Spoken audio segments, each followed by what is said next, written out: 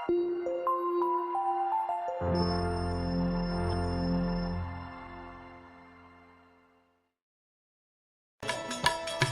હરજી બાટી ઉંમર લાયક થયા છે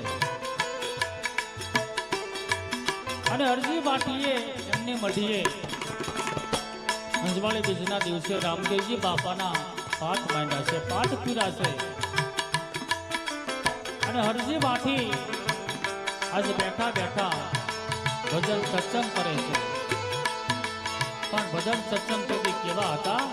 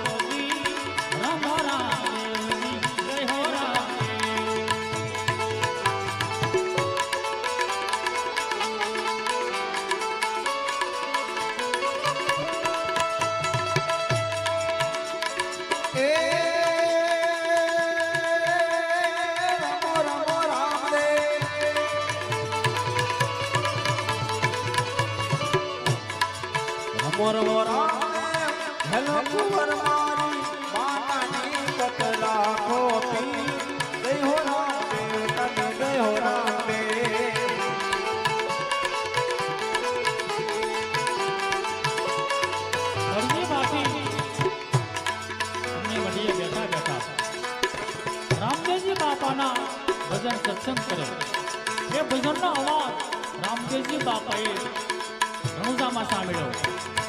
રામદેવજી બાપા ધીરે ધીરે હરજી બાટીની મઢી તરફ ચાલ્યા.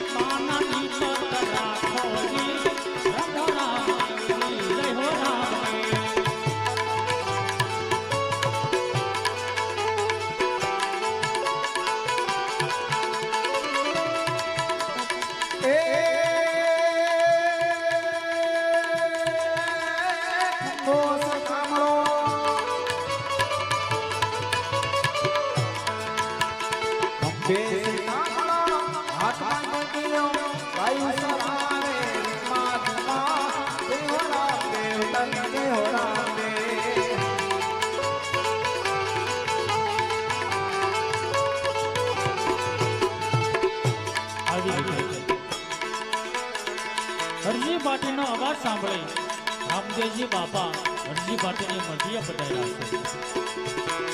ત્યારે હરજી બાટીએ રામદેવજી બાપાને જોયા છે. હરજી બાટી રામદેવજી બાપાને જોઈ શું કહેવા લાગ્યા? તમે મને મને આપેલું વચન પાળું તો ખરું પ્રભુ. અરે હા વરજી ભાટી, તમે મને યાદ કરો અને હું ન આવું એવું બને ખરું? હા પ્રભુ. હા હરજી ભાટી, આગળનો સમય કલિકાલ કળિયુગનો આવે છે. હા હરજી ભાટી, મારી એવી ઈચ્છા છે કે મારે તમને પરણાવવા છે. અરે પ્રભુ, મારે પરણવું નથી પ્રભુ. મારે આ સંસારની મોહ માયામાં મારે નથી પરણવું પ્રભુ. હે હરજી ભાટી, તમારી ઉંમર પણ ઘણી થઈ ગઈ છે, એટલા માટે હરજી ભાટી હું તમને કહું, મારે તમને પરણાવવા છે. નહીં નહીં પ્રભુ, મારે નથી પરણવું પ્રભુ. અરે પરણી લ્યો હરજી ભાટી. નહીં નહીં પ્રભુ, હું કહું ને તમે સાંભળો. આવા કળયુગમાં, આવા કળયુગમાં અમને કુંવારા રહેવાયો. આવા કળયુગમાં અમને કુંવારા રહેવાયો. રામ દે પરણાવે, બાબા રામ દે પરણાવે, પરણો બાટી હરજી, પરણો બાટી હરજી. આવા કળયુગમાં અમને કુંવારા રહેવાજો રામા. આવા કળયુગમાં અમને કુંવારા રહેવાજો.